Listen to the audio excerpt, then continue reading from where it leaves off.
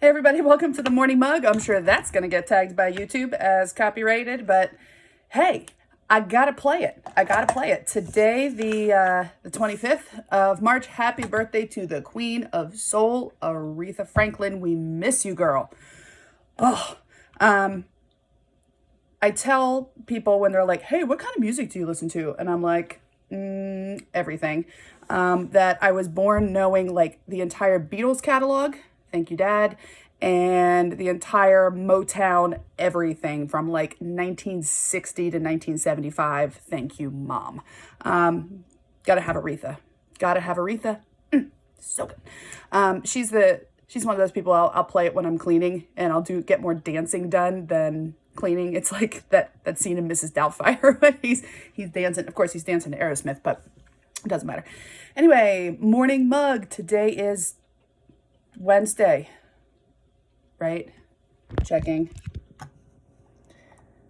Yeah, today's Wednesday, the 25th of March. We're going to be rainy in South Central Pennsylvania today.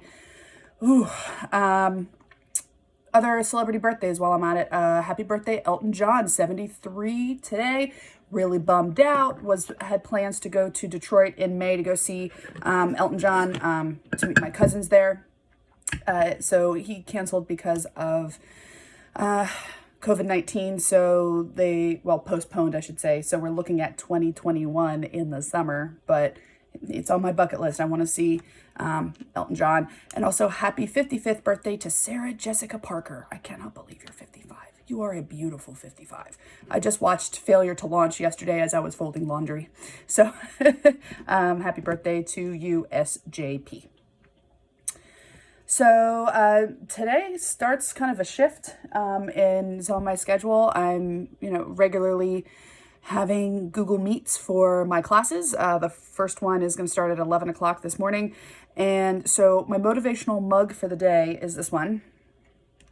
So I've shared with you before, I grew up in Hershey. My summer job through high school and college was at the Hershey Museum. I'm a big fan of Milton Hershey, especially when it comes to his perseverance. First few businesses did not do so hot.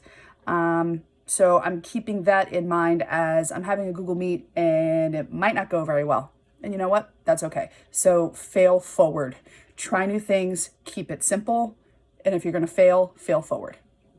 It's okay. Something is better than nothing. And that's what I keep telling myself. It doesn't have to be perfect. Something is better than nothing. So some trivia going on today. One thing that I'm very thankful for was my stash of Girl Scout cookies. My stash is depleting rapidly, but thought I would do some Girl Scout cookie trivia today. And the answers I will do tomorrow in the Morning Mug. So the first Girl Scout cookies weren't officially made by a bakery. It was Girl Scouts essentially doing a bake sale. It was a homemade sugar cookie was the recipe that they used. In what year did they do that? So the first home-baked cookies, when were they made? Here's a hint. It was a challenging year for our country and also an Oscar-winning film. Hope I didn't give it away. The next one. So if you are familiar with, I'll quick pull up a picture here. If you are a Pennsylvanian and you're driving around and you see one of these markers, turn this around a little bit. Right there. So you see one of these historical markers. They are put together. Half has to be fundraised and the other half is from the Pennsylvania Historical and Museum Commission. So there's one in Philadelphia about Girl Scout cookies, because the first official sales, like made by a bakery and sold sales, were in 1933 in Philadelphia. For a box of 44 cookies, how much did it cost? 1933, a box of 44 cookies. How much did it cost? Since 1999, revenue for Girl Scout cookies has been about $700 million. Oh my God, that's awesome. That's intense.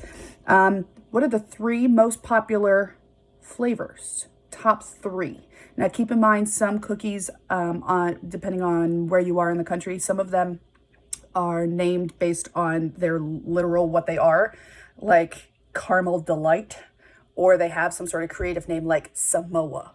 You know it's the same thing. So Tag Along versus Peanut Butter Patty, I don't care what you call it. That one's my personal favorite. But what are the top three cookies? And they are definitely sold every single year. So that's your third trivia question. Top three flavors. Did you know that the girls on the boxes are real Girl Scouts? That's exciting. I'm happy that they do that. And I think I was a Girl Scout. I was in it for the cookies way back in the 90s. And snack, because we met after school on a Thursday and we'd start with snack. And that was like the best.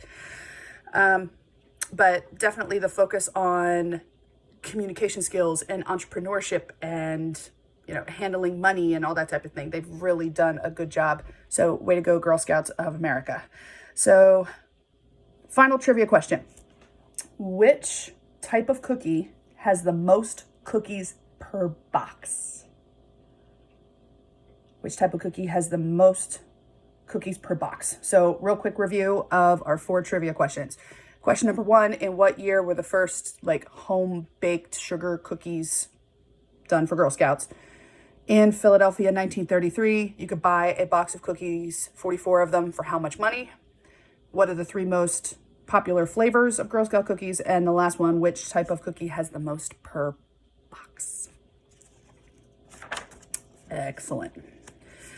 Okay, so not a ton more on the morning mug today. I need to get ready for my meetings and working with my AP kids and my law kids and my American history kids and my colleagues. That's actually going to be my first meeting this morning, is touching base with my teacher friends to make sure everybody's doing okay. And so thank you, those who have been consistently watching. Feel free to send me suggestions of things you'd like me to talk about.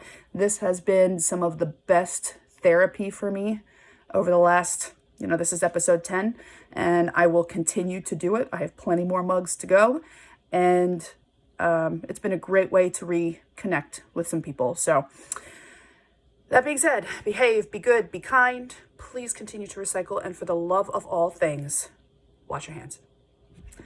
And as we leave, we'll play another Aretha song. Let's see. Oh yeah.